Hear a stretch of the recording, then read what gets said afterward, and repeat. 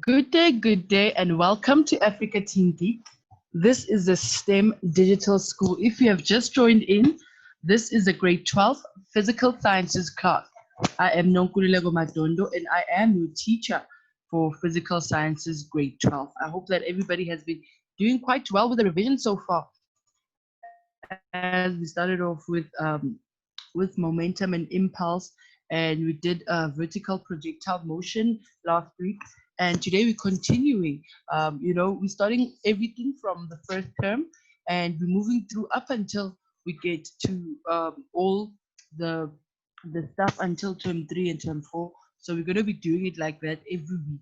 So just make sure that you keep in line, and you do your pre sessions before you come to class, so that once we do get to class, then you do have some background on what is going on in this classroom. Okay, so today we're going to be doing matter and materials, and you remember matter and materials has like 3 parts. Okay, so the first part that we're going to start with organic molecules. Okay, so we're going to start with organic molecules, and we're going to move on next week to the next part of it. And if you want to check this, if you want to check on your test papers, usually have it of the chemistry side. Okay, so this is all the stuff that has been done for term 1, and we are continuing with the revision therefore. Just reminding you that there's textbooks that you can get. I usually work on the Siyavula textbook and Study and Master textbook. So if you do have either one of these textbooks, then you can try and follow through with them, and any other CAPS approved textbook will do. So just make sure that you've got the correct one.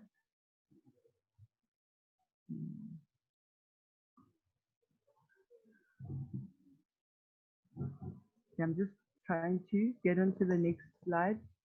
My PC is a bit of a slow math today.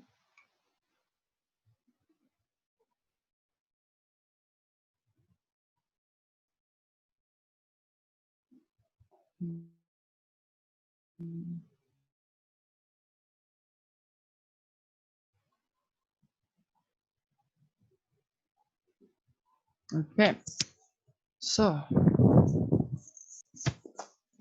I'm just having a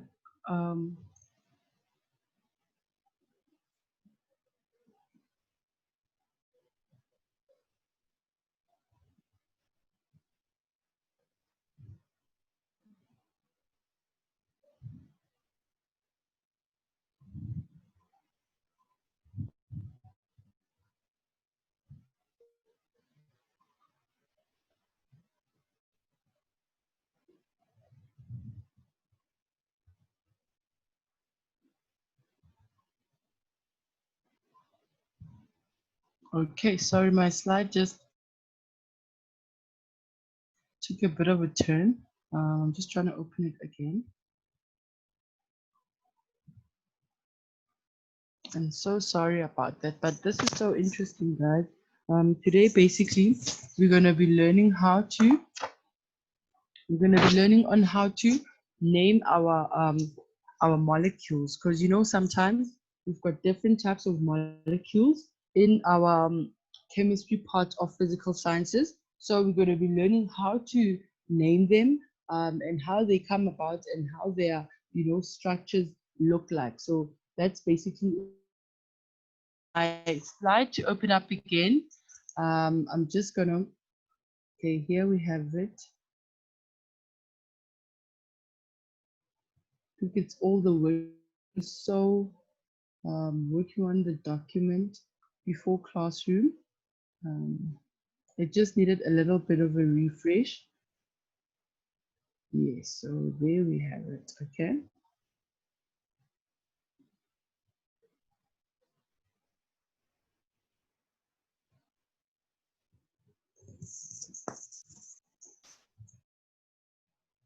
Okay. So basically, that's what organic molecules is all about. It's all about the structures, how they get named, and how they get formed, and the bonds that come between them. So it's basically That's what we're going to be doing today. And we're not going to go deep on the properties or the boiling point. So this first part is basically just the naming part and understanding how each and every structure is made. So in this lesson, we're going to revise organic molecules. We're going to have the introduction. We're going to do organic molecular structures. And obviously, then we're going to go into our exam questions and see how we have to, how we're going to write them down. How do we answer our exam questions? Okay.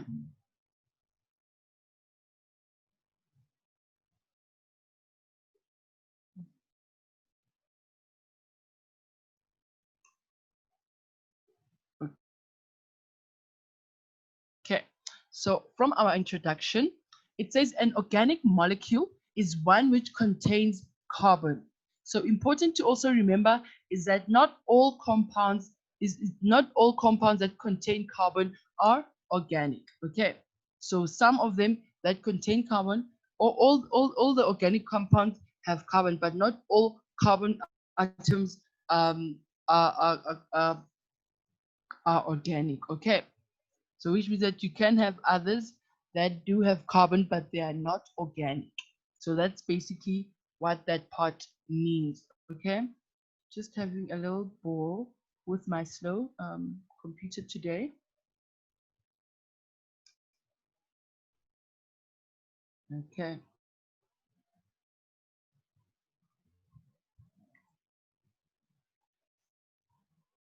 Um,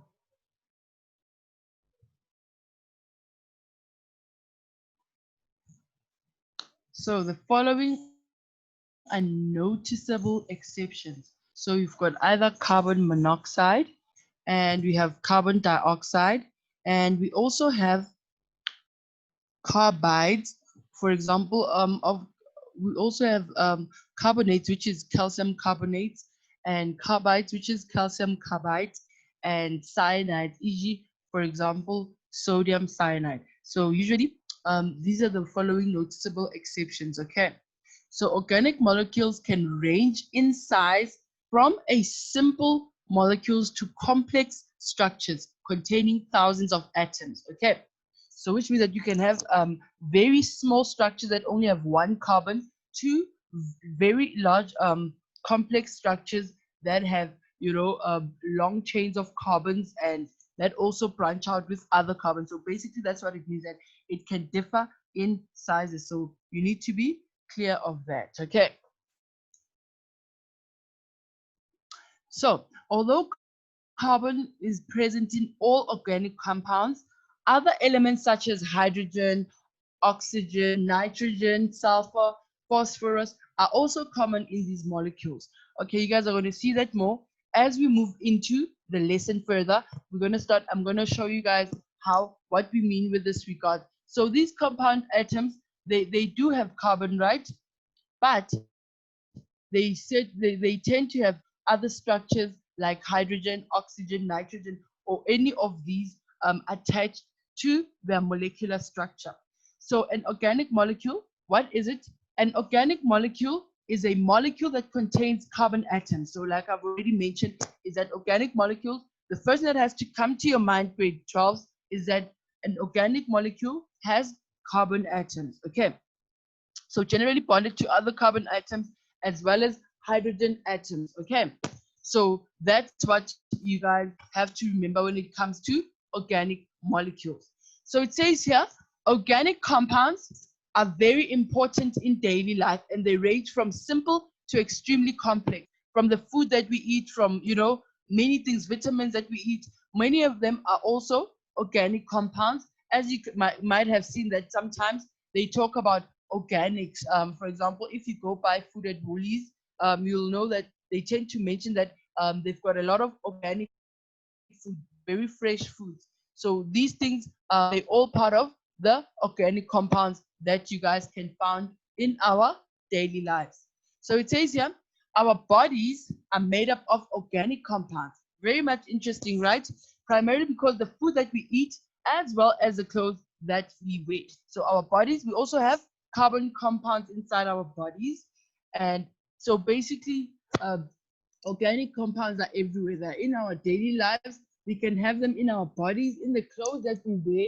So organic compounds are also used to make products such as medicine, plastics, washing powder, dyes, and wide range of other items. So organic compounds might sound like a very unfamiliar name, but when you think of many things that you have in your household, they definitely are part of organic compounds. So organic compounds can be classified as those forming naturally and those synthetic. Okay, so organic compounds can either be man-made or the ones that are formed naturally. Okay. For example, carbohydrate is formed naturally inside your body, right? So that's an example of a carbon compound that is formed inside your body. That is not man-made. It's naturally made by the breakdown of carbons in your body. So organic molecular structures. Moving on, it says the special properties of carbon.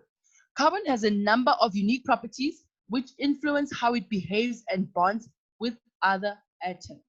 So carbon has 4 valency electrons, which means each carbon atom can form a maximum of 4 bonds with other atoms.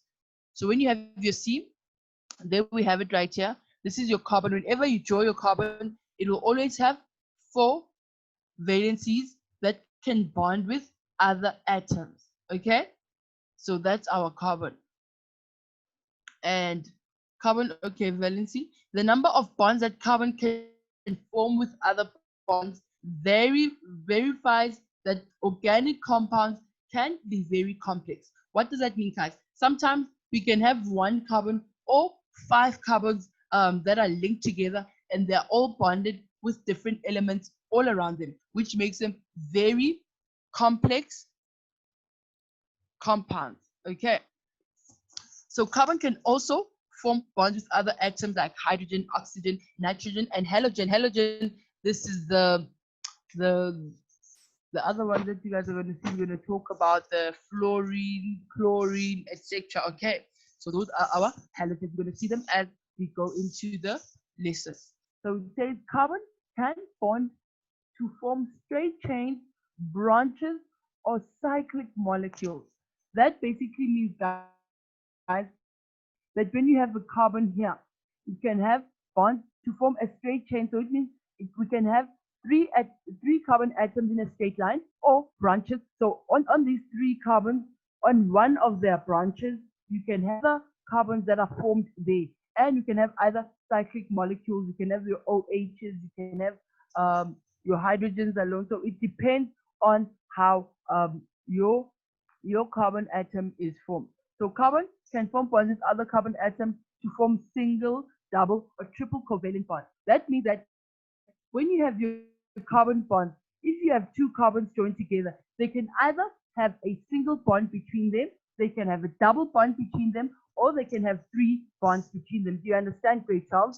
So those are things that you guys always have to bear in mind. But I'm going to show you as the lesson goes how we're going to divide that into the different naming procedures. Okay. So yeah, so basically this is how you'll see your carbon on your periodic table. It will be your carbon. You're going to have your atomic number, your atomic mass. This is your element carbon and your electronegativity. So this is how your carbon will be found on your periodic table. So catenation, okay? So the formation of long carbon chains is the bonding of atoms of the same element into longer chains. So the chains can either be unbranched or branched. What does that mean? It means that, for example, if we look at this one on number A, this one is an unbranched chain. Why? Because these are all carbons, they just bonded to each other and they have their hydrogen atoms. But if it was branched, then, for example, on this carbon here, we can have another carbon molecule that has its own branch as well. Okay, so that's what it means when they talk about branched and unbranched chains. So it says the chains can contain single carbon-carbon bonds only, or double and triple carbon-carbon bonds. So for example, with this one here, we've got single carbon bonds, and for this one, we've got double carbon-carbon bonds because we've got two covalent bonds, okay? And then this one is a triple carbon-carbon bond. As you can see, it's indicated by 3 lines, okay? So yeah, you can see here it's unbranched carbon with a single carbon-carbon bond, and then this one is a single and double carbon bond. So see, they've got single here, but it's got a double bond, and this one is a single and triple carbon bond, carbon-carbon bonds. Okay, I hope that this makes sense to you guys. It's very important as we start this foundation for this lesson. You guys need to start, um, getting in line with the part of carbons, how they bond, and how basically how you're going to end up naming them. So we are coming along, breaking it down as we get into the lesson. So these ones here on this sketch, you can see these are branched carbon chains. Why are they branched? Because you've got a carbon that has 3 bonds around it, okay? So if it's got more than 2 carbon bonds around it, then we say that it's a branched carbon chain, because you can have a chain that goes this way, or a chain that goes this way, and this becomes a branch in that case, okay? So you've got 3 carbon atoms. So you can have basically a branched carbon chain is one that has more than 3 carbon-carbon chains, carbon-carbon atoms bonded to it, okay? So here you've got 1, 2, but the minute you have a third one, then already you have a branch. The minute you have a fourth one, then you have a branch, okay? So these are our branches. So this one is a single carbon-carbon bond, and then this one is a single carbon and double carbon-carbon bonds, and this is a single and triple carbon-carbon bonds. But these ones are not like the previous ones. These ones are branched because each carbon has more than 2 carbon bonds bonded to it, okay?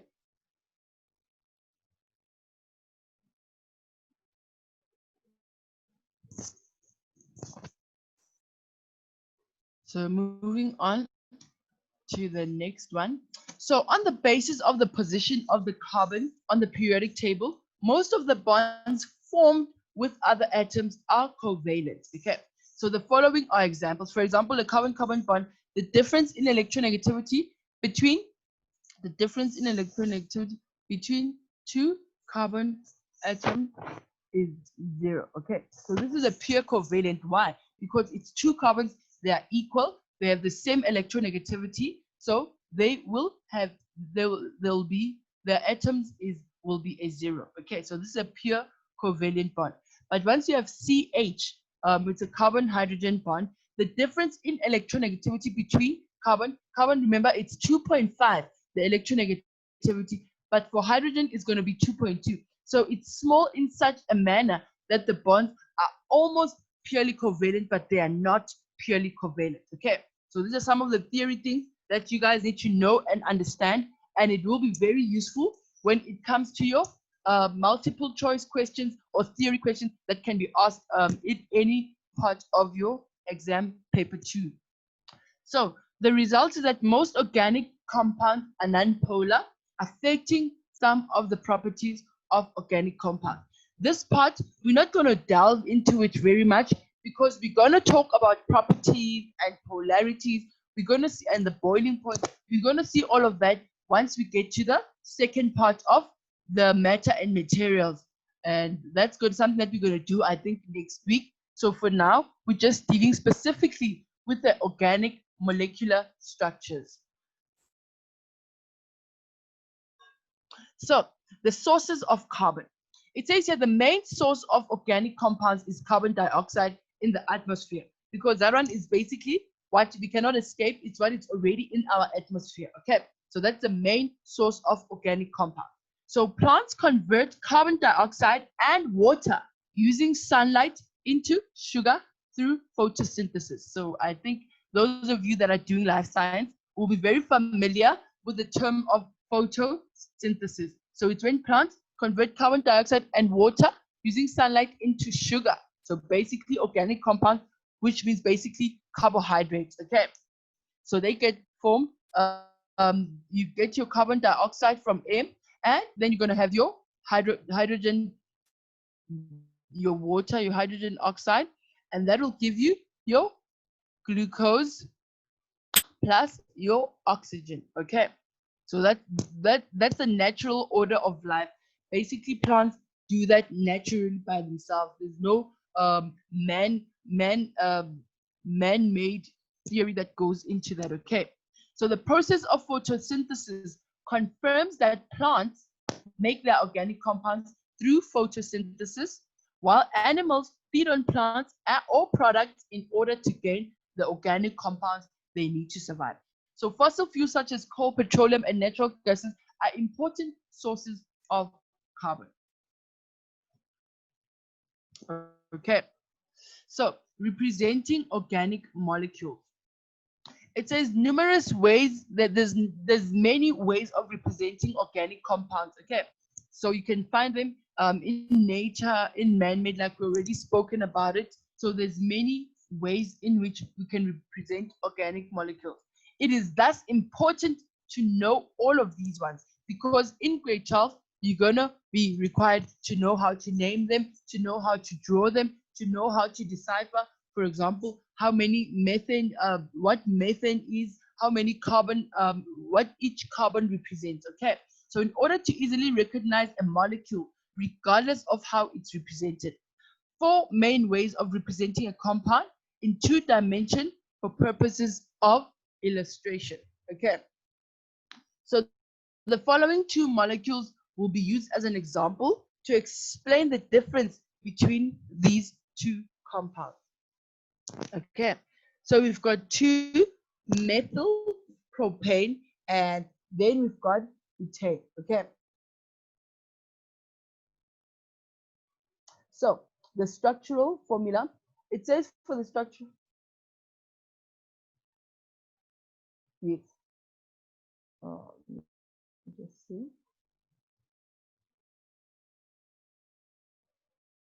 Just trying to make sure that I'm not. Yes, so here, this is the structure of 2-methyl propane, okay? Just looking for the arrow. So if you check here, we've got 1, 2, 3 carbons. So we already have our suffix, which is propane, right? Looking for the arrow. Yes. So here we've got our propane, right? So our propane, our suffix represents the long chain that you're going to have for your carbon. And then just keep losing my mouse. Sorry about that. Okay. So 1, 2, 3. This represents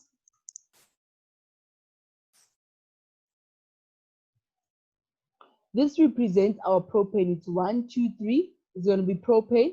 But on number 2 of propane, we've got our methyl branch. So that's why here it says 2, because on number 2 of our carbon, we've got a branch, right, of methyl, and methyl is only one carbon.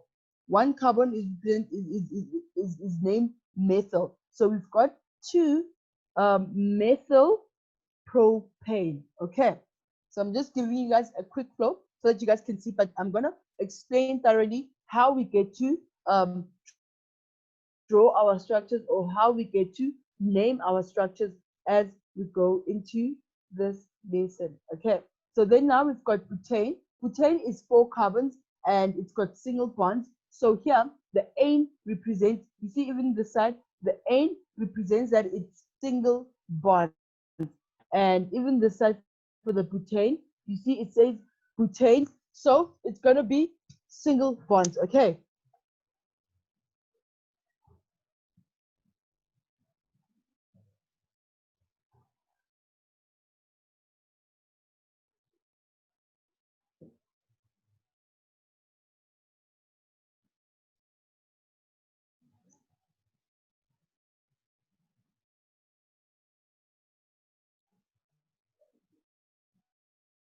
Okay, here we have it. So now,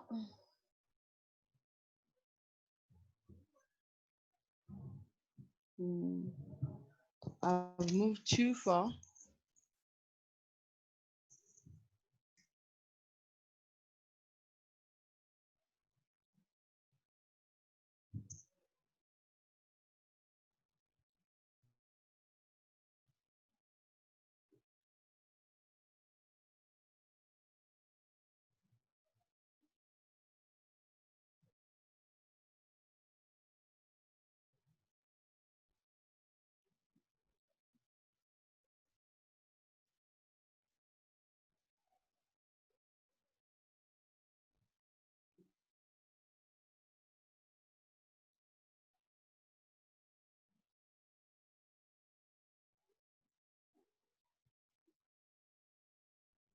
Okay, sorry about that. I just lost my screen.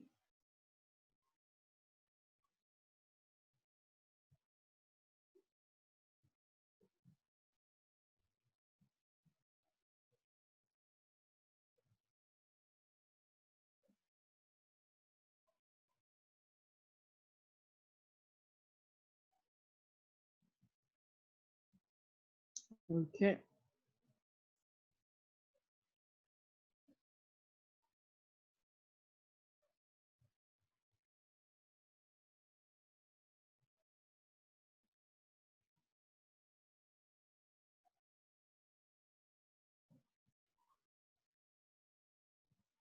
okay. Sorry about that. But I hope that slowly you're starting to see how our structures are formed and how systematic the naming of structures of our organic compound is formed. Okay, so I'm just waiting for the screen to quickly load back so that we can continue from where we left off.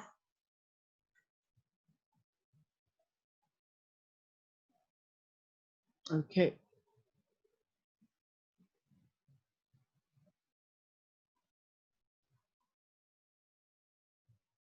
okay, we've already spoken about the different types.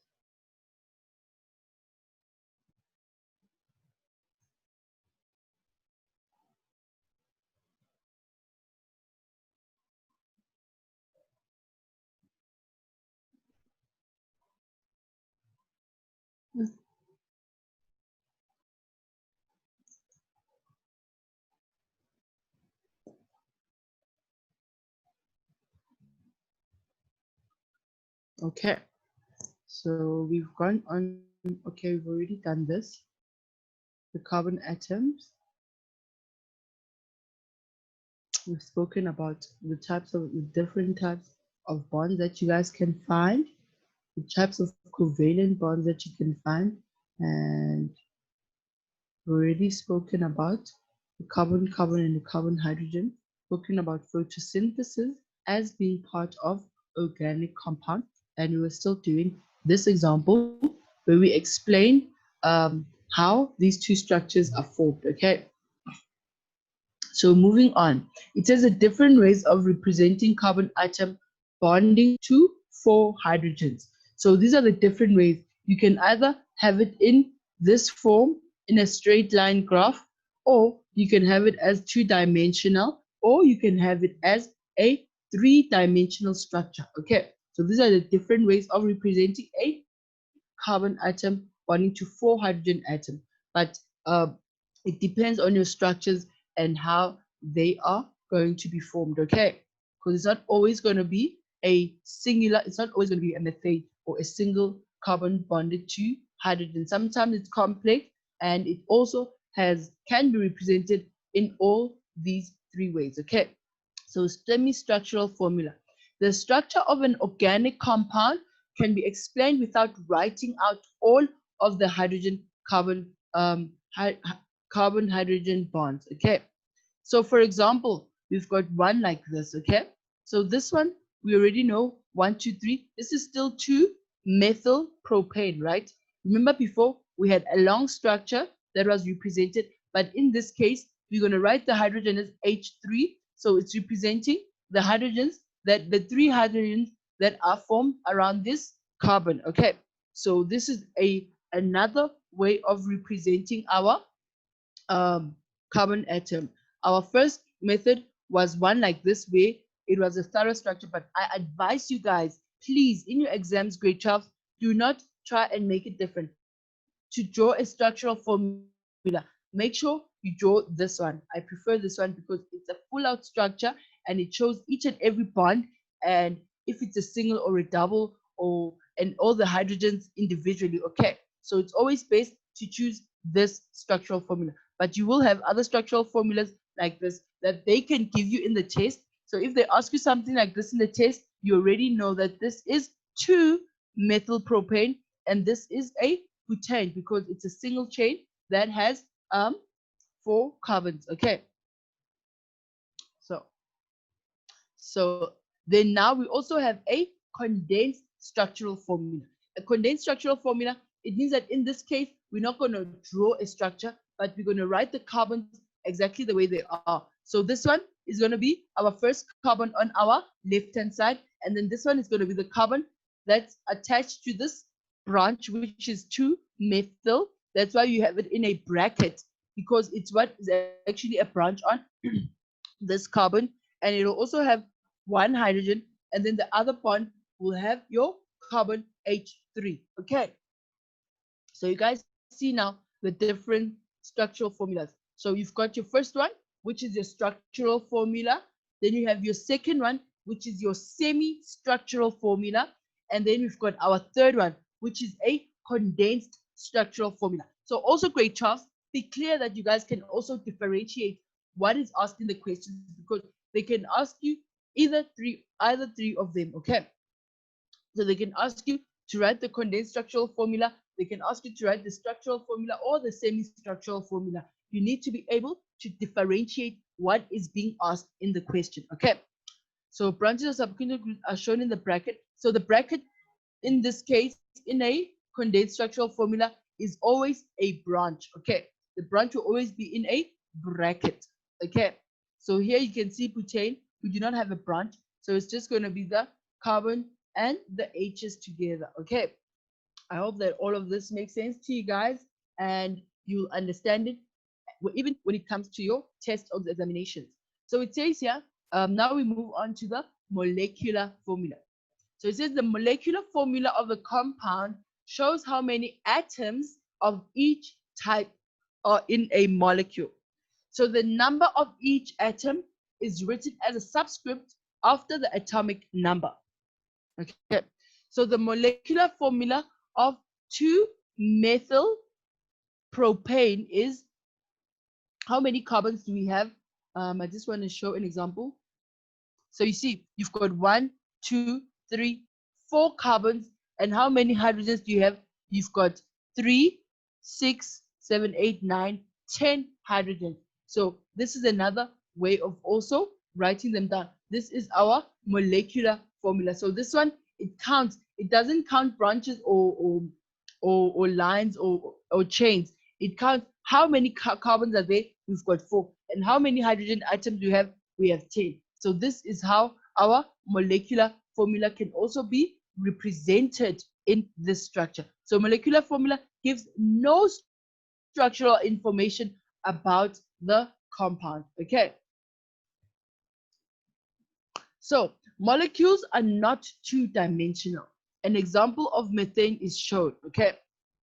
So here we've got our 3-dimensional model of our methane. Remember what's methane? Methane is the one that only has 1 carbon and 4 hydrogen atoms. Okay, so here we have our H, our C. This is our C because it's much bigger. Remember, it's 16 and the H is at 1. That's why there are small little molecules attached to the C atom. So this is our 3D molecule.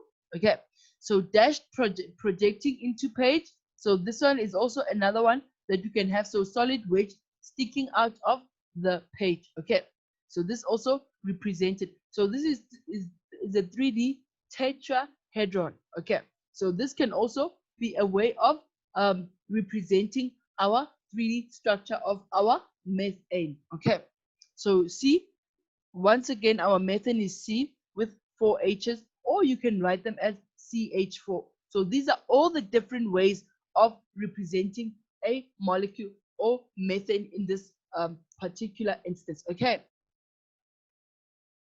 Functional groups.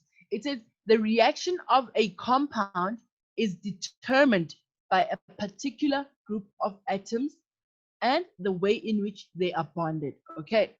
So for example, we've got double carbon-carbon bonds, or we've got COH group. These are called the functional groups. So functional groups, they always indicate what kind of bonds we have. We have carbon bonds whereby there's only carbon atom with the H bond, or do you have an hydroxide group like this one here, where we have the O's and the H's attached. So it's also, these are all called the functional group. So similar functional groups undergo the same characteristic reactions regardless of the size of the molecule that it's part of. So you're going to see, we're going to get into our functional groups just now, and you're going to understand how the functional groups play a role, especially in naming our compounds or organic molecular structures.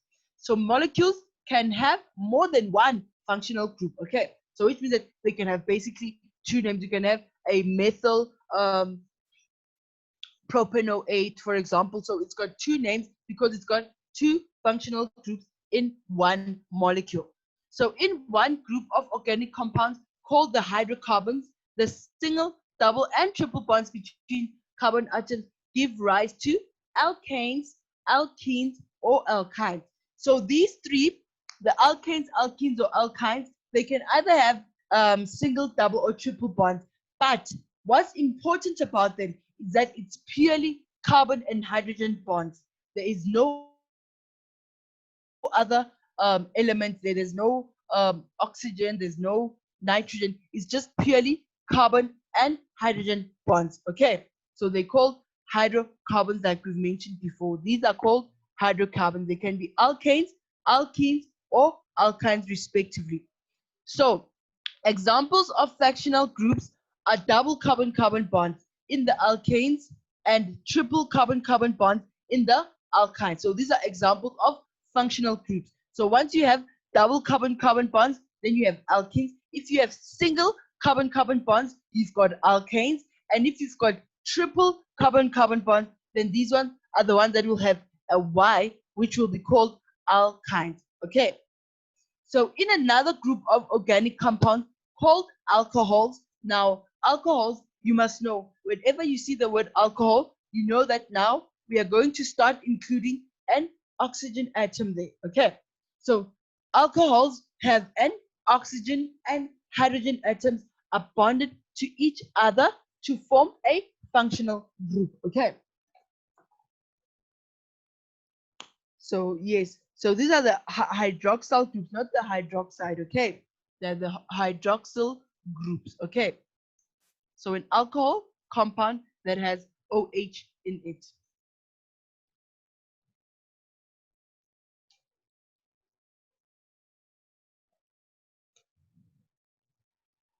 So now we come to the table that shows our functional groups. So these are our they also called homogeneous series. So now we're going to start it from the top. You can see here, I've managed to place the homogeneous series, which is the names. The names, okay, it's either you call them functional groups or you call them homogeneous series. The reason why it's important to know both names is that either wording can be used in the exam. They can either ask you, name the functional groups, or they can say, name the homogeneous series. So you need to know both of these names, okay, grade 12.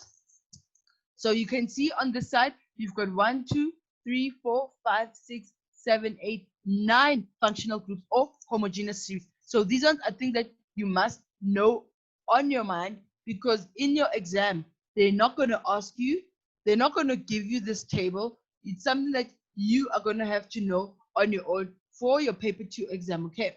And then we're going to have the homogeneous. I'm going to show you, we're going to explain the general formula and the functional group, an example, structural formula, and the name ending. Okay, so name ending, basically the suffix. So if you're going to say propane, it's the N at the end that makes the name ending or the suffix. Okay. So alkanes, coming to the alkanes, this is the first functional group that we talk about, the simplest functional group. It's a CNH. That's the one where you have only the hydrocarbons, right?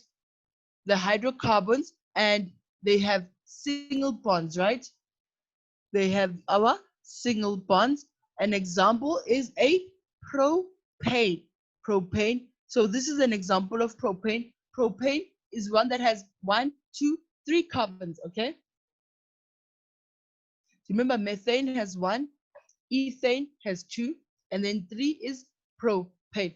So here we're going to use an example of propane in this whole one just to explain the different wording and how they get named, okay? So for propane, we're going to have 1, 2, 3 carbons, and then you're going to fill up all the 3 bonds on both ends on the terminal functional groups. You're going to have 3 hydrogens, and the middle one is going to have 2 hydrogens because it's got 2 bonds of carbon, okay? And our suffix is going to be an A, okay? Because it's an alkane. Do we get it, guys? If you have any problem, just shout out and I'll see how I can go back and explain it. So now we come to alkenes. Alkenes are hydrocarbons that have double bonds. So if you have your hydrocarbons and wherever you have your hydrocarbon, there's a double bond, that automatically becomes a alkene. And now it changes. Your name is no longer going to be propane because you've got 3 carbons like we see here. It's going to be a propene because it's 1, 2, 3 carbons, but this one here has a double bond, okay? So wherever there's a double bond, we know that now it's a ene. It gets a suffix of ene. So you're going to have 3, and here you're only going to have 2 carbon, 2 hydrogen bonded to the carbon molecule, okay? To the carbon atom. I hope that makes sense. Now moving on to the alkynes. The alkynes are the same hydrocarbons like I told you guys earlier on. Alkanes, alkenes, and alkynes are all similar. The only difference is the number of bonds, number of covalent bonds that the carbon-carbon bonds have, okay? And in this case, for alkanes, it's single bonds. For alkenes, it's double bonds.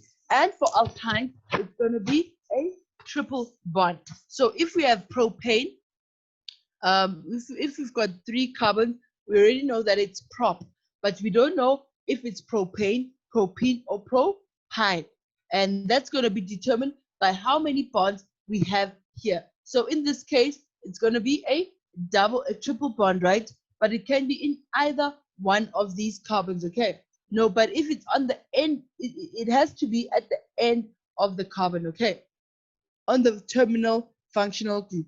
So for it to be a propane, it has to be at the end, on the last carbon. That's the one that has to have a double or a triple bond, okay? To show that it's still a propane, okay? So this one is a triple, so it's a propyne. So this is how it's going to look like. I hope that you guys can see. There's 3 bonds that you can see there. So that's a propyne, okay? So now we're going to start moving forward to other bonds because, okay, we've mentioned the hydrocarbons. It's the 3 functional groups. It's the alkane, alkenes, and alkynes. So now we start moving to the alcohols. So alcohols will always have an OH, okay? So what we need to know about alcohol is that it's hydroxyl and not hydroxide. So we do not call it a hydroxide. We call it a hydroxyl, okay? So it's required to show every covalent bond. So we need to make sure we show every covalent bond. So in this case, for our alcohols, our last carbon will have the OH bonded to it, okay? So it's going to be like this. So this is the last one or the first one. It will have OH. Okay. So once it has an OH like this, then you know that here we are dealing with alcohol. So if you've got your 3 carbons, because remember we're working with propanol, you've got your 3 carbons. So this last one will have an O, and that O will have a bond of an H. Okay.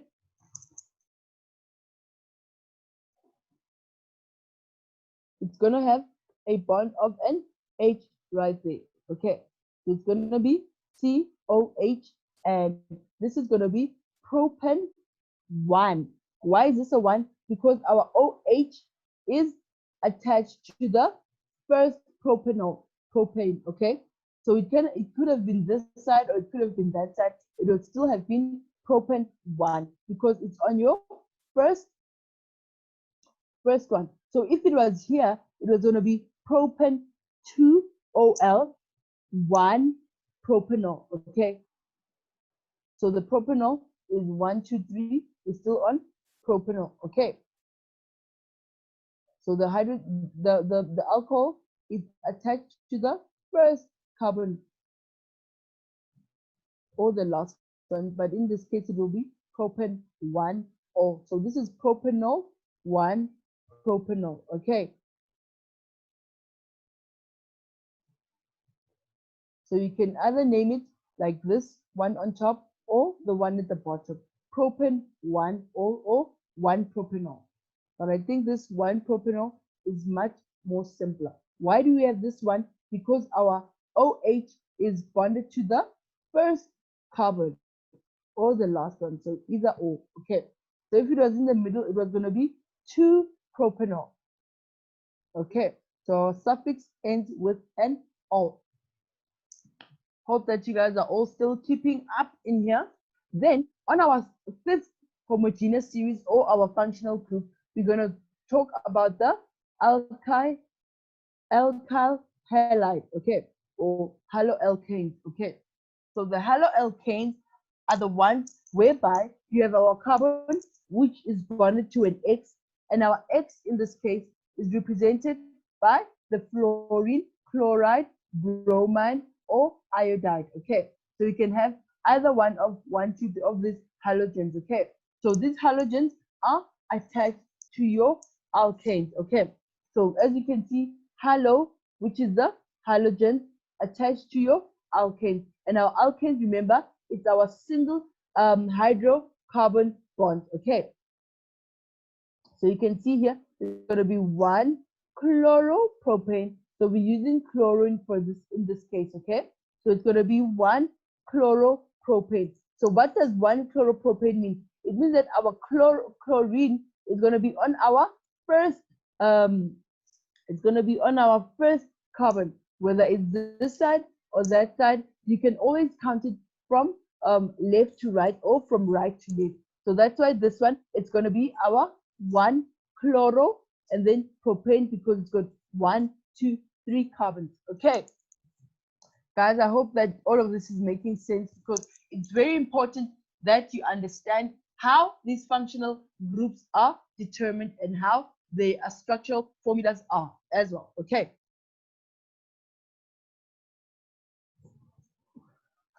So now we're going to move on. So we've spoken about the alkane, alkenes, alkynes, alcohols, and haloalkynes. Okay. Alkyl halides, also called that. So now we move on to the aldehydes.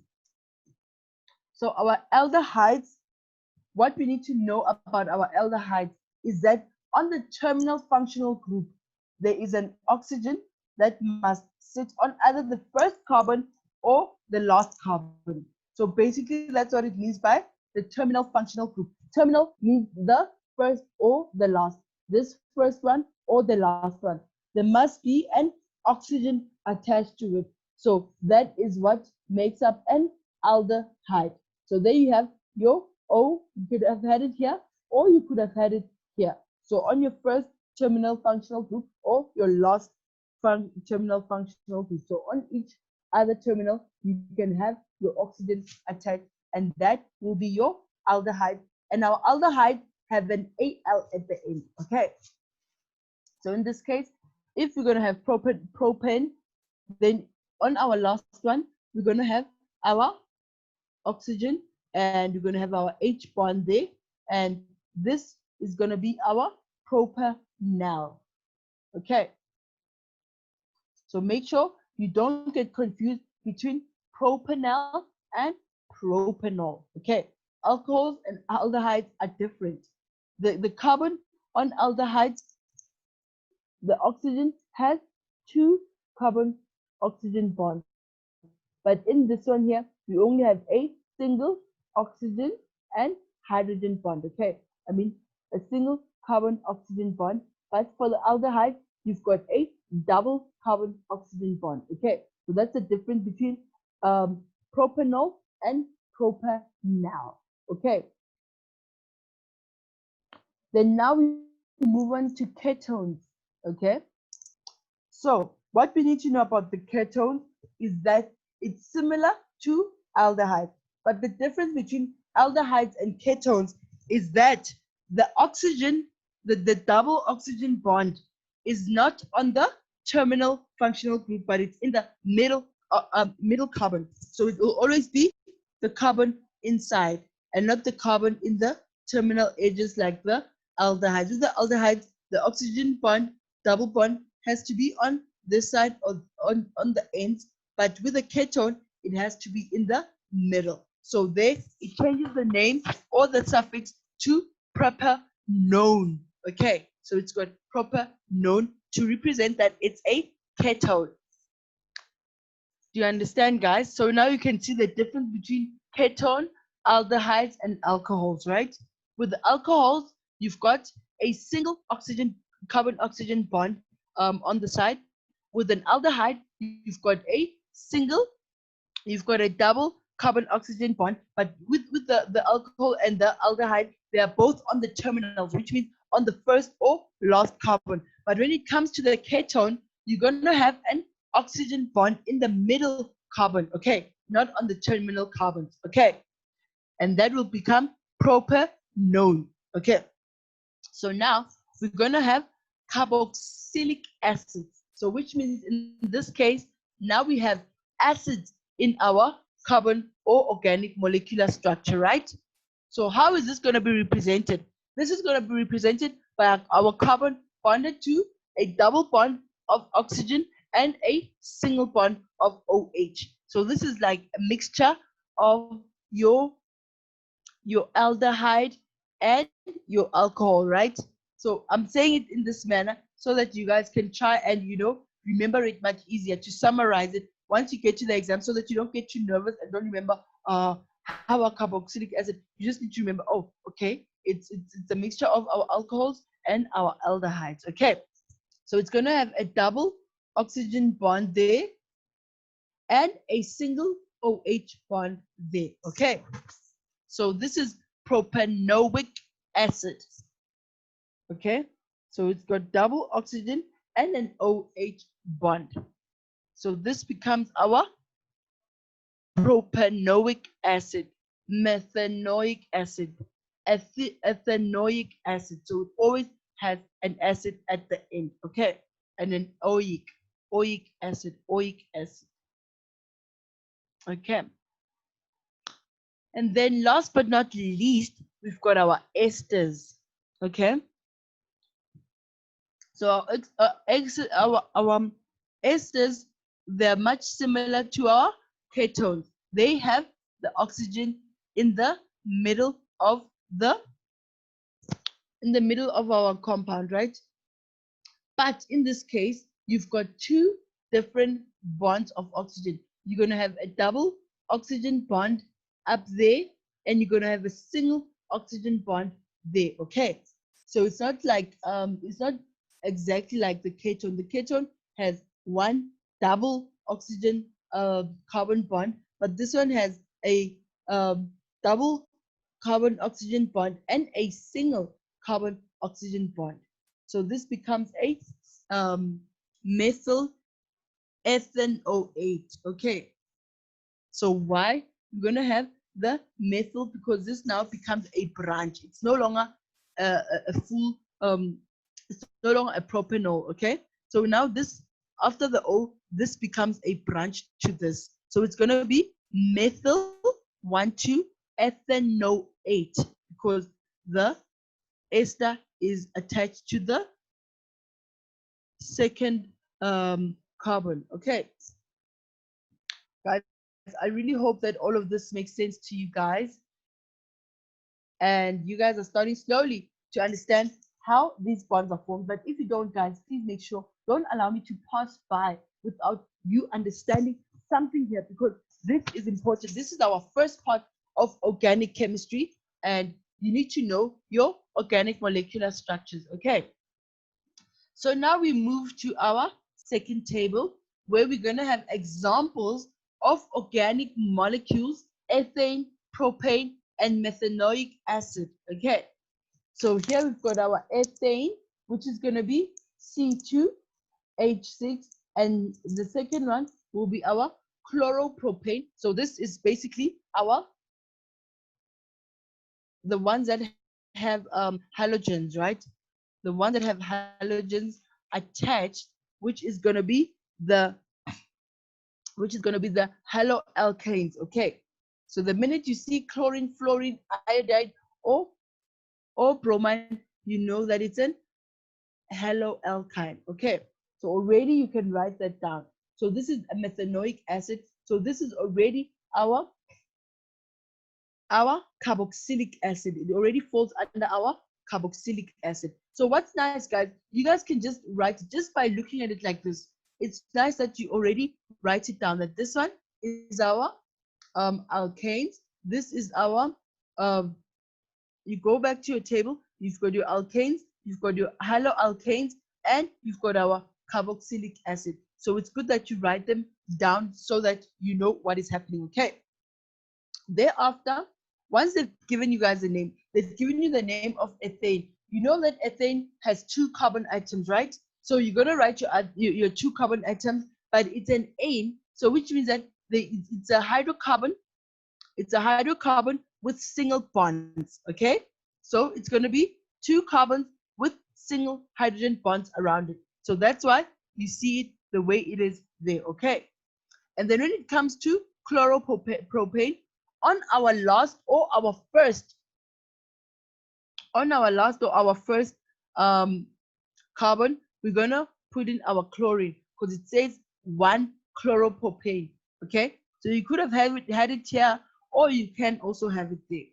And then it says propane, so which means it's got 3 carbon atoms bonded to each other, and ane means that all of these carbons are bonded by single bonds, not double bonds, single bonds. Okay, then methanoic acid. We know that methane means 1 carbon, right? So it's going to be 1 carbon that has an H, but we know that oic acid, the noic acid, which is a carboxylic acid, they've got 2. They've got 1 double carbon oxygen bond and another carbon oxygen OH bond as well. So this is how our structural formula is going to look like.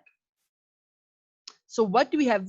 Remember, we're working on 1, 2, 3, 4 ways of representing organic molecules. The first one was the molecular formula, which is they've given us the name, and then we write our molecular formula. But for you to write the molecular formula, it will be important for you guys to first do the structural formula so that you can be able to count how many hydrogens. For example, here you will count how many carbons, 1, 2, and then how many hydrogens, 1, 2, 3, 4, 5, 6.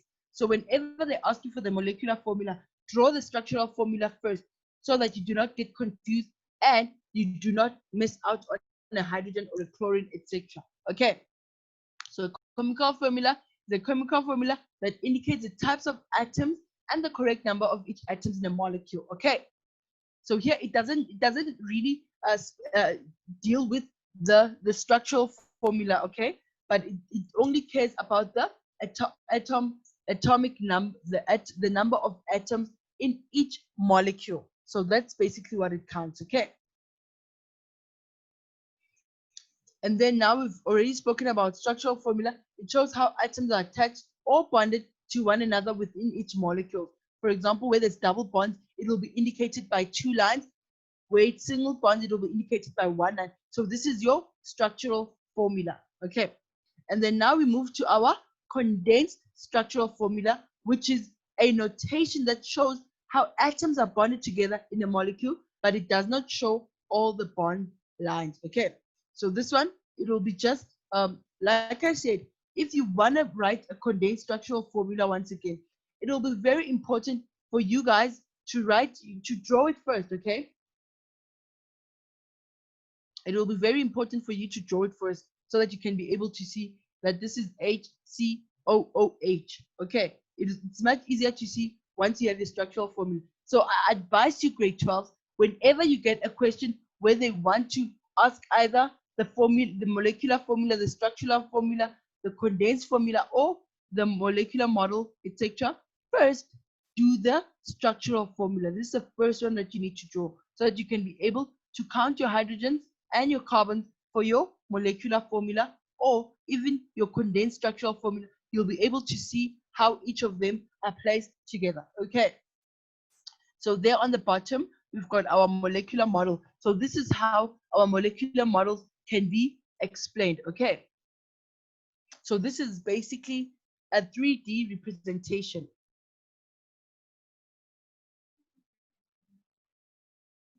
Are we good, guys?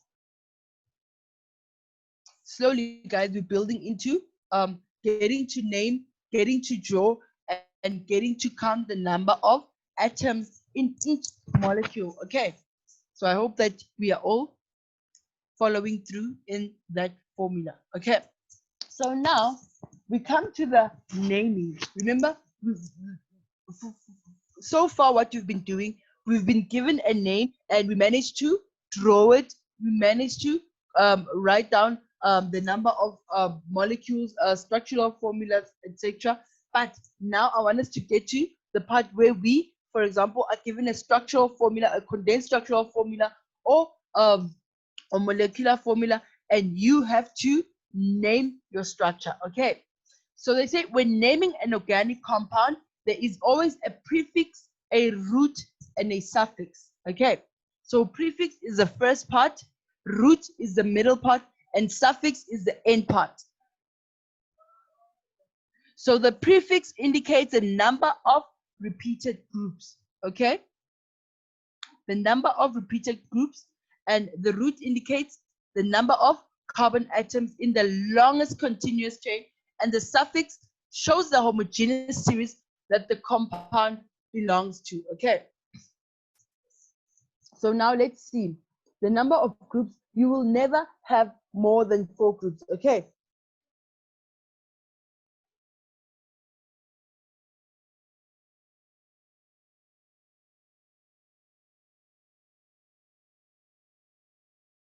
You will never get remind yourself to do. Okay. So the number of groups, you can either have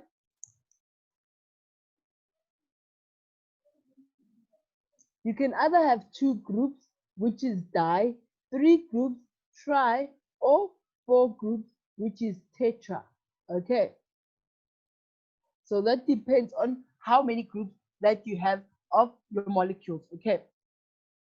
And then now we come to the number of carbon atoms. I know I think this was supposed to be done beforehand, but it's fine. You guys can still follow through this. When you have 1 carbon, it's a meth.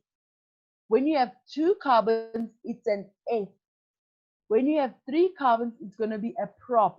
You'll be very familiar with this one because we've been working with the propane for quite some time now. And then when you have 4, it's going to be a but. So it's butane, butene, butanol, butanoic acid B. Okay, so that's going to be 4. Then we're going to have 5, which is going to be pentane, pentine, or pentanol, etc. And then when you have 6 carbon atoms, that's going to be a hex. Okay, and when you have 7, it's going to be a hept. And when you have 8, you're going to have an oct. Okay. So what I advise you guys to do, is that when you get to your question paper, this is the first thing you need to do. You can draw this table in your book, in your question paper, so that you can remember. Then you know that 1 is for meth, 2 is for eth, 3 is for prop, 4 is for bud, 5 is for pent, 6 is for hex, 7 is for hept, and 8 is for oct. So these are things that you guys need to remember. I mean, I don't think it'll be difficult for you guys to remember, especially since it's math, you know.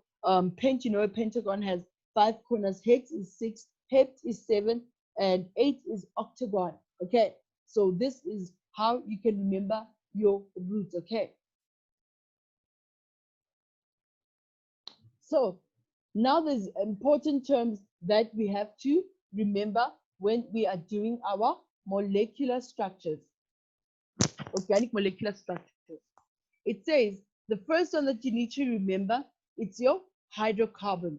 A hydrocarbon is a compound containing only carbon and hydrogen atoms.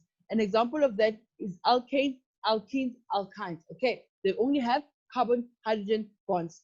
Okay, then we have on number 2, we've got saturated hydrocarbon. What is saturated hydrocarbon? Organic compound containing only single bonds between the carbon atom. So when you have a hydrocarbon with single bonds, they are called saturated hydrocarbons. Okay, but once you have unsaturated hydrocarbons, these are organic compounds containing double or triple bonds between 2 carbon atoms. Okay, so that becomes unsaturated. Guys, important for you guys to know, it can be asked in a multiple choice, it can be asked in any other true or false question. You need to know what's hydrocarbons, saturated hydrocarbons, unsaturated hydrocarbons, and isomers. What are isomers? Isomers are compounds with the same molecular formula but different structural formulas. Okay, so isomers are compounds with same molecular formula but different structural formula. Okay, so that one you will see as we go on, because sometimes you can have C2H4 and they can be placed in different parts or different ways. So that's what it means when it has different structural formulas. So here is a little little drawing that you guys can look by. So you've got your hydrocarbons, and they're alkanes, alkenes, and alkynes, and the single carbon-carbon bonds are alkanes, and they're the ones that are saturated, and the unsaturated one is one or more multiple carbon-carbon bonds or double or triple bonds. So these are the ones that we find here. Okay, so great. Now we're going to go and do some problems from our exam papers. Okay, so we're going to be doing a physical sciences paper 2 from 2018 question paper. It says here, next to each letter A to F in the table below is the molecular formula of an organic compound. Okay, so remember what we said, an organic compound, a molecular formula is the one that counts the individual atoms of each molecule. Okay, so if there's carbon, there's only 2 carbons, and the H, we've got 5. So already here, you can see we're working with the haloalkane. Okay, this is a haloalkane. Okay, why do we say that? Because it's got bromine at the end. But this one is also an ethene. Okay, so let's see what they mean there. It's also a, this one is an ethane. Okay, yeah, because it's got CC, then you're going to have H. Oh, this is going to be ethene, right? Ethene, because it's got a double bond. The carbon is going to have double bonds, CC, then it's going to have 2, 2, 2, 2, 4. This is going to be an ethene. Okay, and then this one is going to be a 4. It's butane, right? This is going to be butane because it's going to be 1, 2, 3, 4. That is going to be 3, 6, 7, 8, 9, 10. this is going to be a butane. So it's going to have single bonds, okay? And then this is going to be a, let's see, 2 is ethane, right? 6 is going to be, oh, this one is at the end, right? The O is on the terminal. It's going to be an alcohol. So this is an ethanol, okay? It's going to be C, 1, 2, 3, 4, 5, 6, and O. Oh yeah, this is going to be ethanol, okay? So this one, it's going to be C3 is a propanol, okay? So it's going to be 1, 1, 2, 3 carbons. Then it's going to be 1, 2, 3, 4, 5, 6, 7, 8. Oh, this is going to also have a double O, and double O. This is going to be a ketone. Okay. But guys, let's just go through it, okay? And we'll see the answers, because right here, I don't have a writing thing. If I had a writing pad, I'd be able to write them down for you so that we know what they are before we even attempt a question. That is most important. Being able to attempt them before answering the question, then it becomes easier for you to pick a question as you go. So it says here, choose a molecular formula that represents an organic compound below. Write down only the letter A to F next to the question and number. So what is a haloalkaline? This is going to be A, right? Why is it A? Because we've got bromine there. Remember we spoke about if you have that X which represents fluorine, chlorine, bromine, or iodine. Okay, once you have that, you already have an haloalkaline. And then number 2, it says an alcohol. Okay, and that's going to be our D right here. This is going to be our alcohol. And then unsaturated hydrocarbon. Unsaturated hydrocarbon is going to be this one. Okay, it's going to be our number B. And then 1, 2.4, an aldehyde. Aldehyde is the one that's going to have 2 O's right there, right? Because remember in aldehyde, we spoke about that. It's got bonds.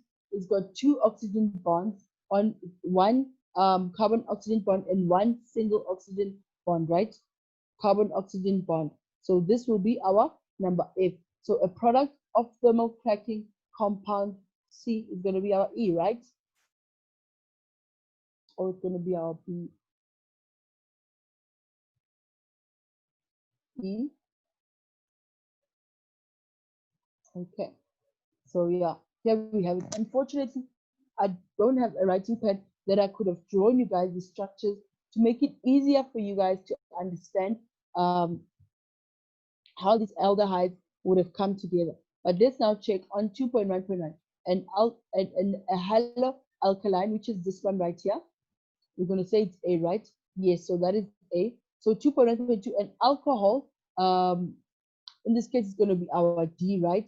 C2H6O, that becomes our alcohol. And then 2.1.2, an unsaturated hydrocarbon, it's going to be our B, right? There's our B. Why? Because this is the only unsaturated. Yes, this is one that has single bonds. Okay, so it's gonna have one. No, it's got double bonds. So remember, we spoke about saturated is the one that has only single bonds, but unsaturated is the one that has double or triple bonds. So this one has double bonds. So it's going to be a unsaturated hydrocarbon. And then 2.1.4, an aldehyde. It's going to be our E in this case. So this is going to be our aldehyde. Okay.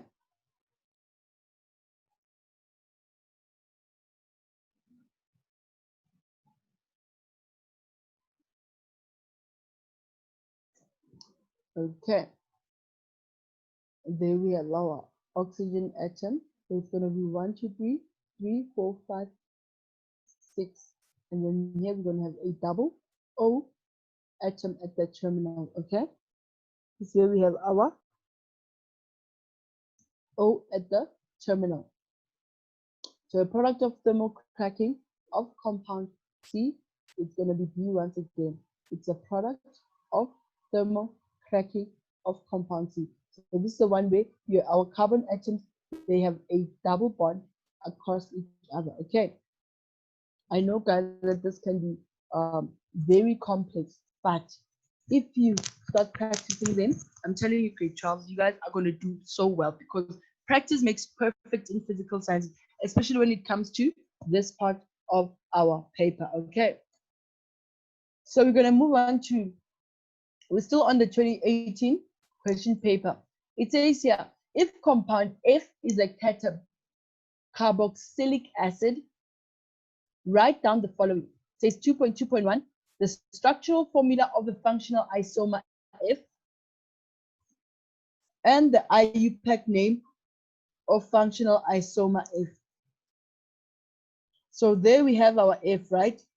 So we have to draw it for us to get the structural formula.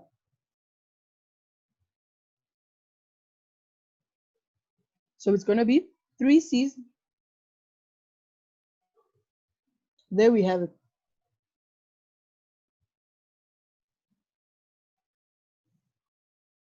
So they said, write the carboxylic acid.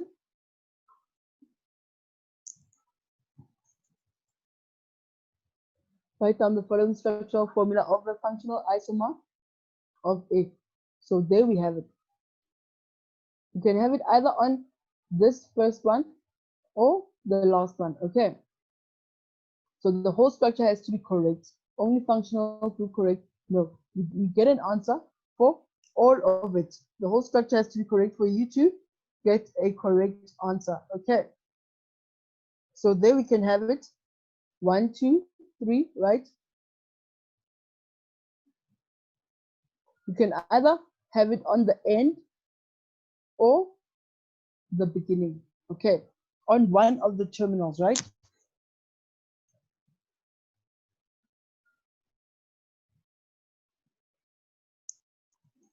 So this is how you draw it. You know, C, because they mentioned there that you've got 3 carbons, right? So you're going to write your 3 carbons, but you must make sure that you've got 2 bonds of oxygen. So you're going to have oxygen here and an oxygen up there, but this one will have a double bond and the other one will be completed with an H. So your H's are going to be 1, 2, 3, 4, 5, 6. So which means that now we are perfect. This is our structural formula for the one that was given there. Okay. So any correct arrangement of a correct number of atoms. So the important part is for you, that 2 marks is for you to draw the perfect structure. Okay. So what's the name? You can either say, here, you know it's methyl because this branch here already becomes a methyl, right? You can say methyl 1, 2, ethanoate. Okay. It's going to be methyl ethanoate, or it's going to be an ethyl methanoate because this one would have 1 carbon. Okay. So all of that, you're going to get your 2 marks. So now they want to know here, compound B is a monomer used to make a polymer. Write down the definition of a polymer. What is a polymer, guys? A polymer is a large molecule composed of smaller monomer units covalently bonded to each other in a repeated pattern. Okay. Make sure you know that, guys. As you can see, this is a question from an exam paper. You need to know. So they say on 2.3.2, what is the IUPAC name of the polymer? It's a polyethylene. Okay. It's going to be a polyethylene.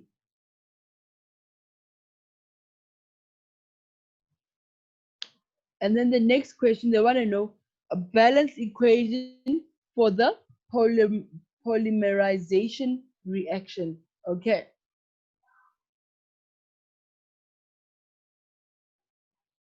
Okay, this one we're not going to do it now because we haven't really gotten to that yet. Now I've kind of moved forward to next week's work. Our most important part here ended here on 2.2.2, where we spoke about the structural formulas and they wanted us to name them. So this is where we are at the question paper so far. Okay, so we've dealt with about these marks. It's 1, 2, 3, 4, 5, 2, 4, 5, 6, 7, 8, 9, 10, 11, 12, 13, 14, 15, 16, 17, 18. Okay, so 18 marks, 19, 20, 22 marks of the question paper of paper 2 has been what you've done so far. So these are the things that you're going to have to know. Approximately 22 marks out of your question has been done in this lesson. So that's why I've said to you guys, please make sure that you understand what we have been doing. Okay, so we're going to start another question paper. It's another one of 2018. I'm not sure if it's June or it's a December paper. That's why I just put them in one place. Okay, so now we have another question. Let me see.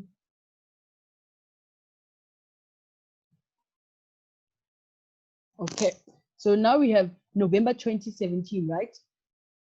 Again, it's going to be on question 2. It says study the following structural formula below. So already you can see that this is your structural formula. 1, 2, 3, 4, 5, 6. Okay, so this is our structure. So if we had to have a molecular formula, it's going to be 1, 2, 3, 4, 5, C, 6, H, 1, 2, 3, 4, 5, 6, 7, 8, 9, 10, 11, 12. So it's going to be, our molecular formula will be C6, H, 3, 4, 5, 6, 7, 8, 9, 10, 11, 12, H, 12, and O2, okay? So that would be our molecular formula. It's going to be C6, H12, O2. And what are we going to name it? Okay, we can either choose to say, we can say ethyl, dash, then we say 1, 2, 3, 4, butanoate. Okay, so it's going to be ethyl butanoate. Okay, it's going to be 2 or 3. You can say 2 or 3 because this is attached to your second one. So it's going to be 2 ethyl butanoate. Okay, so now they want to ask here, which homologous series? Remember what I told you guys. It's either they ask you for a functional group or they ask you for a homologous series. Remember I told you that. So that's why I say I wrote them both when we were working on examples so that you guys can remember. So which homologous series to which it belongs to. So this one is going to be the carboxylic acid, right? This is going to be our carboxylic acid. And then they want to know the IUPAC name and the IUPAC name of the organic used in its preparation and the structural formula of its straight chain unbranched functional isomer. The straight chain unbranched one would be 1, 2, 3, 4, 5, 1, 2, 3, 4, 5, 6, which would be a hexane, right? But anyway, let's check the answers right. Okay, so let's go into 2.211, the hologous series to which this belongs to. Oh, it's going to be an ester. Oh, sorry, I forgot that double O doesn't have OH. It would have been an acid if it was double O, and here it had OH. So this one is an ester because it's got 2 O bonds, okay, of 2 oxygen bonds. Okay, so what is the IUPAC name? This is what I mentioned. We already broke it down just by looking at it from that side. That's it's an ethyl butanoate. Okay, ethyl butanoate. Okay, so this OH represents the ester part of it, and the but represents the 4 carbons that it is attached to, which is 1, 2, 3, 4, and this is the 2 carbon, which is the ethyl. Okay. So number 2.1.3, IUPAC name of the organic acid used in its preparation. So that would be our butanoic acid, right? So now they want the structural formula of the butanoic acid. So no, they want the structural formula of its straight chain unbranched functional isomer. Okay. So in this case, it would mean that because right now this has become a branch, if they say they want a straight chain, it means that this ester would be placed at the end of the chain. So once it's placed at the end of the chain, then we'd have a straight line carbon atom, and this is how it would look like, right? It would be 1, 2, 3, 4, 5, 6, and you'd have your carbon there, and that is going to be your 2 marks. You guys see how many questions can come out of a single structural formula or even a name alone? So you guys need to practice these things very hard. You saw on the previous paper, it counted 22 marks of your paper, of your whole chemistry paper. So make sure that you get it right. Okay. So now we move on to the next question. It says, write down the structural formula of 4-methyl pentane 2,1. Okay, so this already we know it's a ketone, right? Because we've got a 1 over there. We've got a 1 over there. So a ketone is the one that we have a C in the middle, right? So on our second carbon, we're gonna have our oxygen double bond right there on our second carbon, right? So it's gonna be 4-methyl on the fourth, because this one is a pentane, right? So a pentane has 5 carbons. On the second one, you're going to have your double bonded oxygen, right? And then on your fourth one, you're going to have your methyl branch, okay? So which means you're going to have a carbon bond that has 3 hydrogen bonds to it, okay? So let's see it in terms. For now, you must always be able to draw a structure just by looking at the name, okay? So there we have it there. Remember what I said. In this case, we're counting from right to left. So there is our 1, 2, 3, 1, 2, 3, 4, 5, right? On our second, this is our 2 pentanote, right? Pentane 2, 1, okay?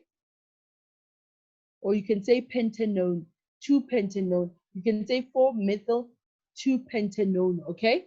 So pentane 2, 1. That one shows that it's a ketone, right? So this one, you're going to have your double O like I just mentioned. And then on your fourth one, you're going to have your methyl branch. So this is the easy 3 marks that you guys can get from your question paper. Okay. So now what they want to know is what is, we go to 2.3, right? They say consider the structural formula below, okay? So we already know what this is, right? This is an alkyne. This is an alkyne with a Y because we've got a triple bond right there, okay? But it's got many branches as well. Yeah, we've got many branches. So this is going to be our longest branch, right? So they say for this compound, write the general formula of the homologous series to which it belongs. So the one here, it's going to be our alkyne with a Y, okay?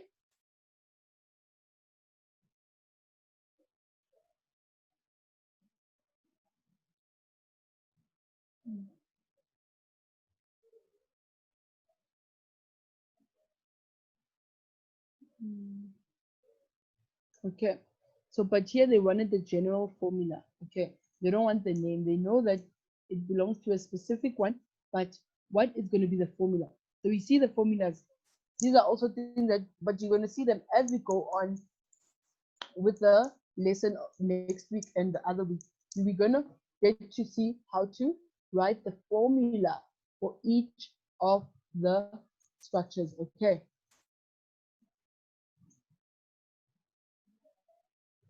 So they want the IUPAC name. So the IUPAC name, you're going to start from this side. As you've noticed, we always start from this side, going to that side. It's going to be 2-methyl, 2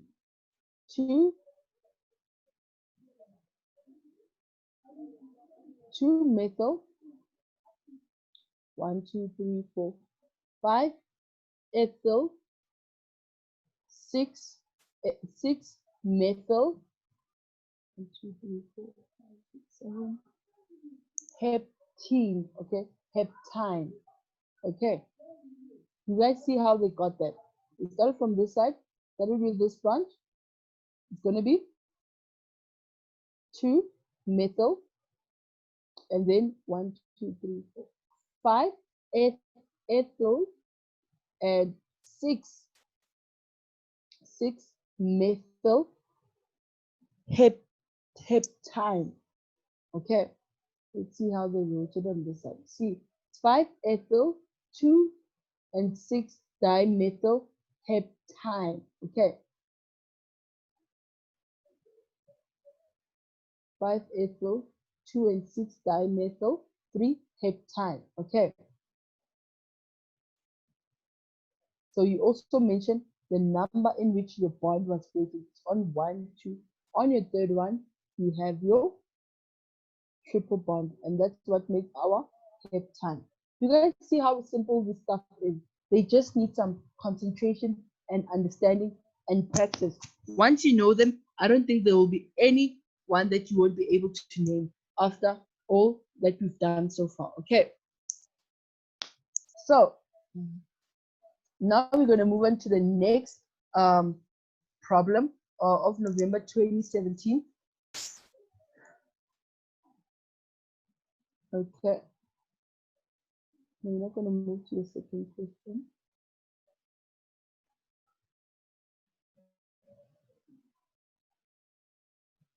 Okay, I just want to go and check out other problems that you can work with.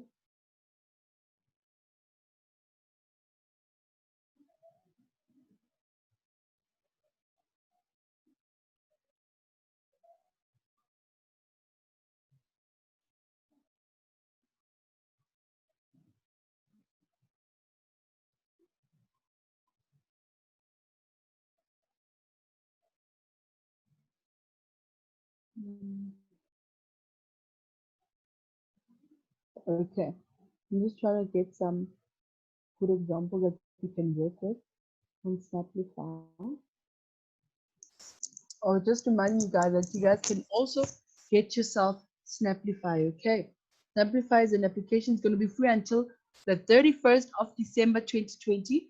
Due to the COVID-19 problems, they gave us this thing for us to be able to do some work on it. Okay, so you can download all your textbooks, not just physical sciences, but all your other problems as well. Okay.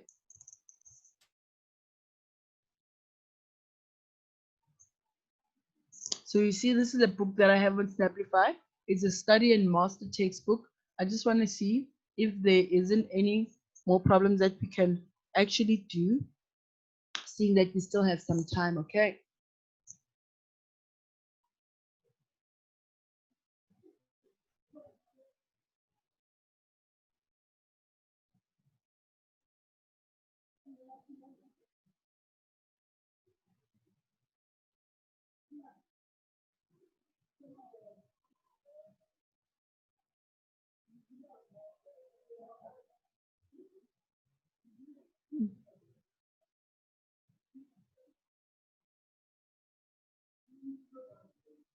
Okay.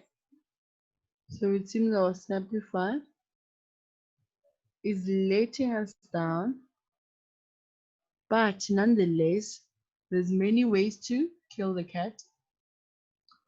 So we're going to go to our Siyavula textbook.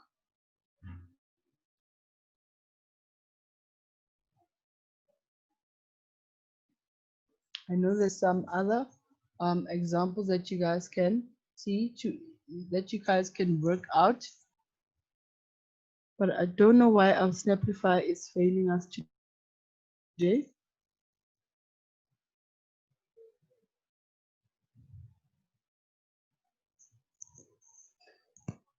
So guys, basically what is important in this chapter that we'll be working in is number one, knowing your functional groups, knowing how to draw your structural groups, knowing which bonds go which ones, and naming as well. So those are the most important parts that you guys have to know about this chapter. So once you got that right, then you are ready to go to the properties and applications, etc. So that's the most important part that you have to learn when it comes to this chapter. Okay.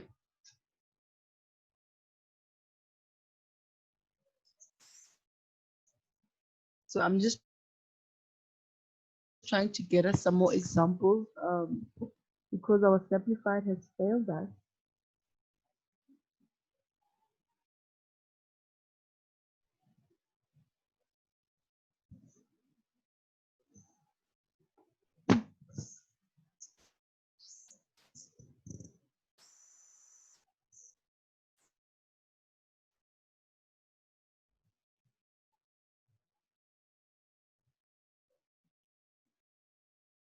Okay.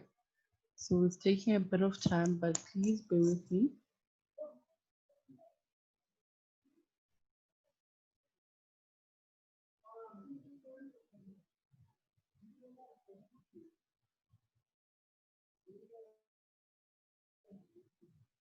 Hmm.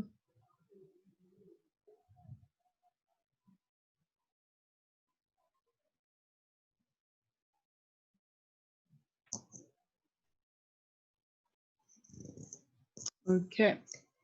So I'm just having a problem trying to load the textbook, but I think it's opening up now.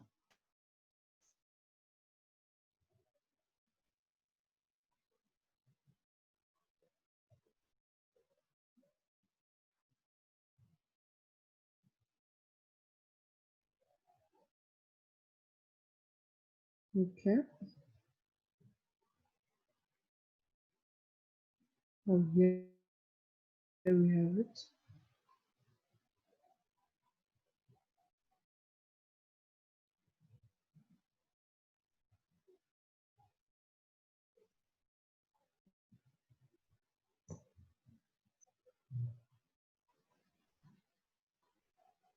Okay, so we already moved to rates of reaction.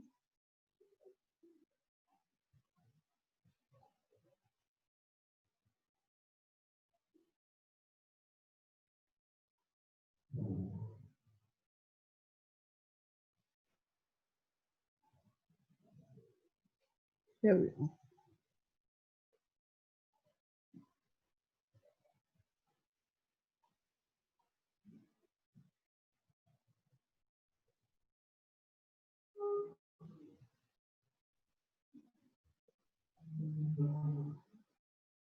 So I just want us to do this couple of steps that we need to know when it comes to naming.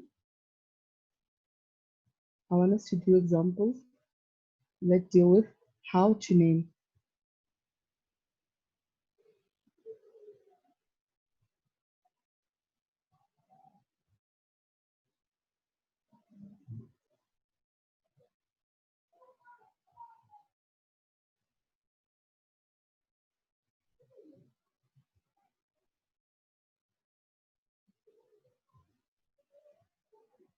Hmm. Sorry guys, my PC is quite slow today. I think it needs to get a reboot. Okay, so here we are. So let's do this quite word example. It says, give the IUPAC name for the following compound, which is CH3, CH2, CH. This one in this bracket, you already know that this is a branch, okay? CH2, CH2, COOH. Okay, so this is our acid part. Remember, it's got a COO plus a COH, right? So this is an oic acid already. 6. It's going to be a hexanoic acid, but it's going to be a 1, 2, 3 methyl, 3 methyl. It's going to be 1, 2, 3. Yeah, it's going to be a 3 methyl 1 hexanoic acid. Okay, so remember that the side groups are shown in brackets after the carbon atom to which they are attached to.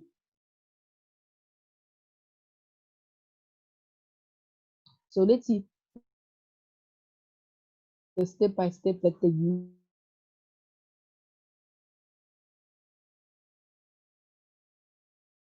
here to get to the answer.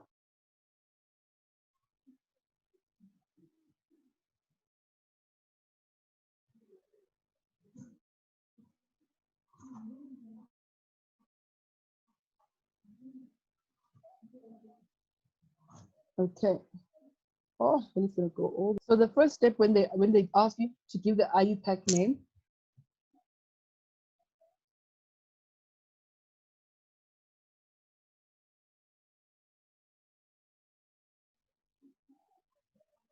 the first step when they ask for the IUPAC name, it's to. So there we have it. Draw this number. Step 1. You draw the structural representation.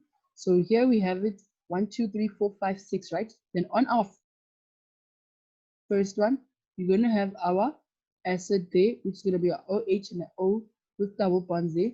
And 1, 2, 3, 4 on our fourth carbon, we're going to have our methyl attached. You can decipher what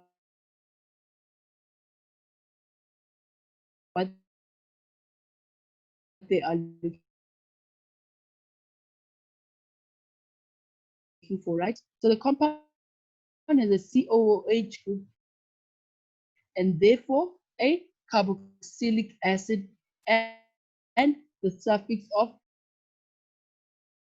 oic acid. So methyl hexanoic are we together. So the longest carbon chain containing the functional group. So there are 6 carbon atoms in the longest chain containing the functional group. The prefix for this compound is a hexane. The number of compounds in each in the carbon chain, the carbon atoms should be numbered from the right to left so that the carboxylic acid functional group has the lowest numbered carbon. Okay, so this one, because it's a functional group, it always has to have the lowest numbered carbon atom. If this was this side, then we would have counted from left to right. Okay, so it depends where our functional group. We always work according to the closest functional group. Okay, so step 5, it says look for any branch groups, name them, and give their position on the carbon chain. There is a branch group attached to the 4th carbon atoms. This group only has 1 carbon atom and therefore it's a 4-methyl group. Okay, so we combine the elements of the compound's name into a single word in the order of the branch groups, prefix, name ending according to the functional group. So the compound name is going to be 4-methyl hexanoic acid. Okay, 4-methyl 1. You can also write 1-hexanoic acid. Sometimes it also helps, so that you do not get confused. Okay. Then now we've got an ester.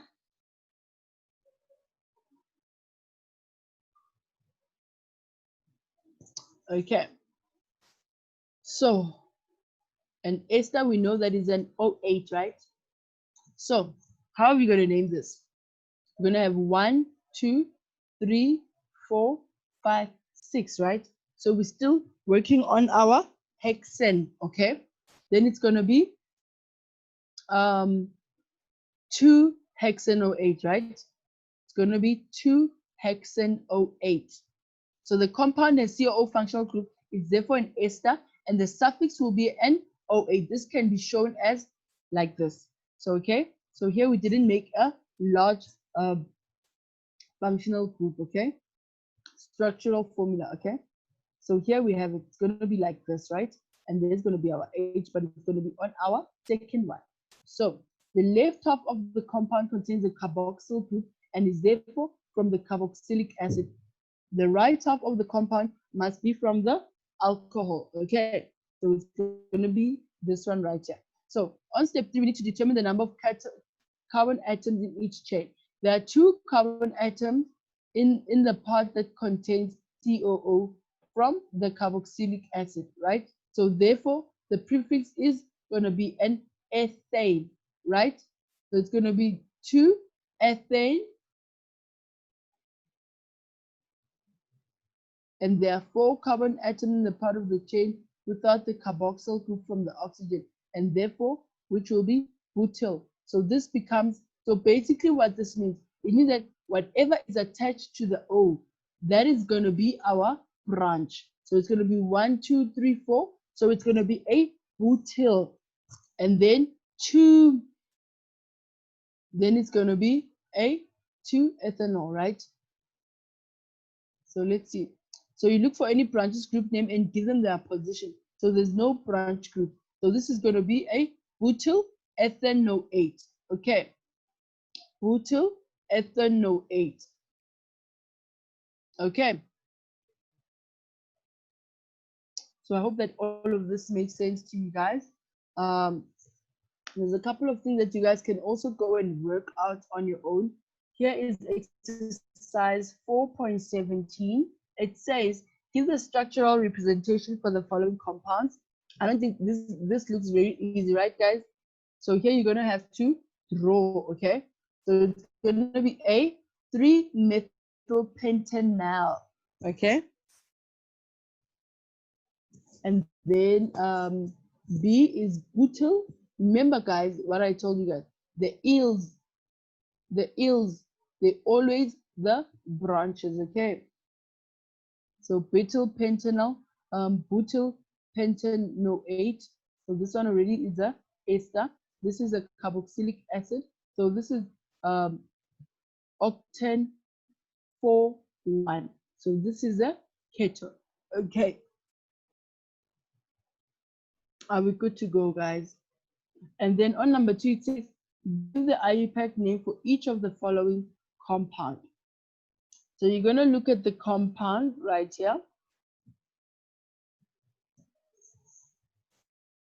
And then you're going to name it, okay? So this one is the oxygen in the middle. You know what it should be. So you're going to have to start from here and then move to that side in naming. Don't forget this branch here, this ethyl. There's already an ethyl in here. There's a 1, 2, 3 ethyl. And then you can find the rest using your what you know and what you have. Okay, the oxygen right there. Okay, so it's going to be our little ketone. So it's going to be our 1. This is a ketone. Okay, I'm not going to give you all the answers so that you guys can be able to practice this on your own. So for the other one, or for the second one that I want you guys to do, OH, right? So which means that it's an ester, right? So if this is going to be an ester, it's going to be ethyl, 1, 2, 3, propanoate, right? It's going to be an methyl ethanoate. Huh? It's an ethyl. No. It's going to be a propyl ethanoate. Okay? Because remember, we said whatever is attached to this O is going to be our branch, and this is going to be our original, right? So if this is our branch, It's going to be a propyl, and this one is going to be our ethanoate. Okay, so you guys can go and read up on it so that you guys can understand it much more. And then here, they want us to draw this as well, right?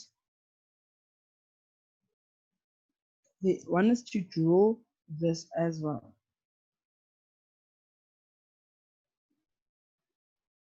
Okay. So this one is going to be, I think this is an alcohol, right? It's going to be 1, 2, 3, 4.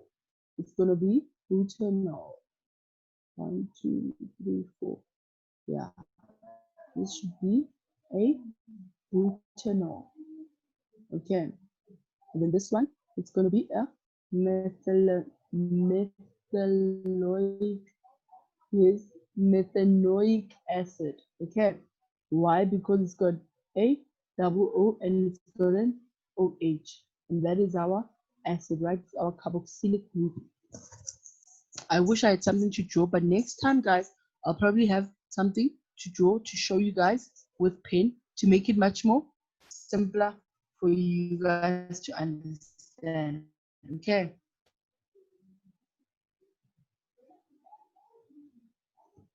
So basically, that is all the exercise that I'd like you guys to try at home. So wherever you see structural formulas or molecular formulas, that is already starts, deciphering on how to do them or naming them before you even read the question. If you can start reading, deciphering the problem before you read the question, it will make it easier for you to understand what it is. Okay. So here, once again, we've got A and ester, right? So the O is attached to this part. So which means this part is the branch. So it's going to be 1, 2, 3, 4, right? And this side is 1, 2, 3. So it's going to be 3, 1, 2, 3, 4, 5. Okay. So this is going to be, propyl butane, butane 1, right?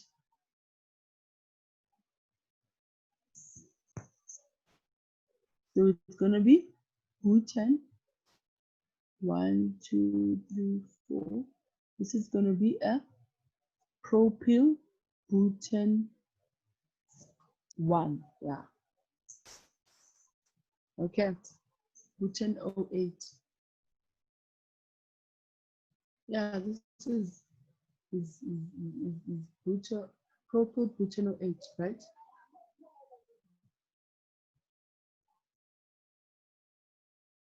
Okay.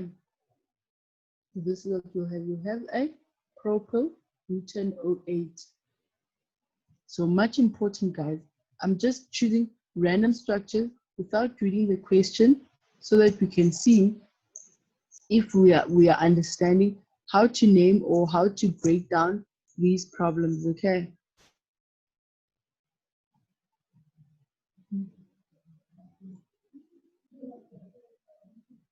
Okay. So these are other problems as well. So we can see there, number 1, ethyl methanoate structure condensed IUPAC.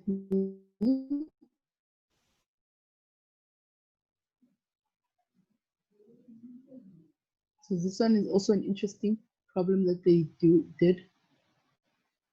But I'd like us to name them, right? Let's name them without looking at what is asked in this problem.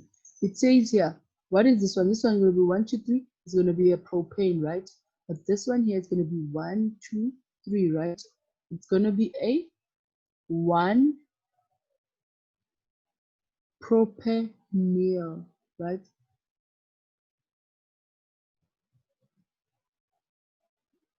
Propine. It's going to be this one here. It's going to be a propine. Okay. So this one is going to be a 1 propine. Okay. And then we come to this one right here.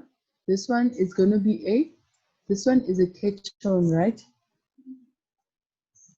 So it's going to be a 2, it's going to be a 2 propane 2-1, right? Propanone. It's going to be a propanone. This one is the answer for that one. It's going to be a propanone, okay? Because it's got a ketone inside of it, okay? And then we move to this one right here. This is number 4. This is going to be a propanoic acid. Okay, why? Because we've got an acid at the end, or the terminal functional group is going to be a double O and OH. It becomes a propanoic acid. Okay, and then now we come to this one. It's going to be 1, 2, 3 carbons, and on the second one we've got an iodide. So this is a haloalkaline, right? So it's going to be a 2 iodo propane, okay, because it's single bonds here. So it's going to be a 2 iodo-propane. And then we come to this one right here, okay. And this is going to be an OH. This is going to be a an ethyl methanoate. Ethyl methanoate. It's going to be an ethyl methanoate. You see, there it is right there, the answer there. It's an ethyl methanoate. I think, guys,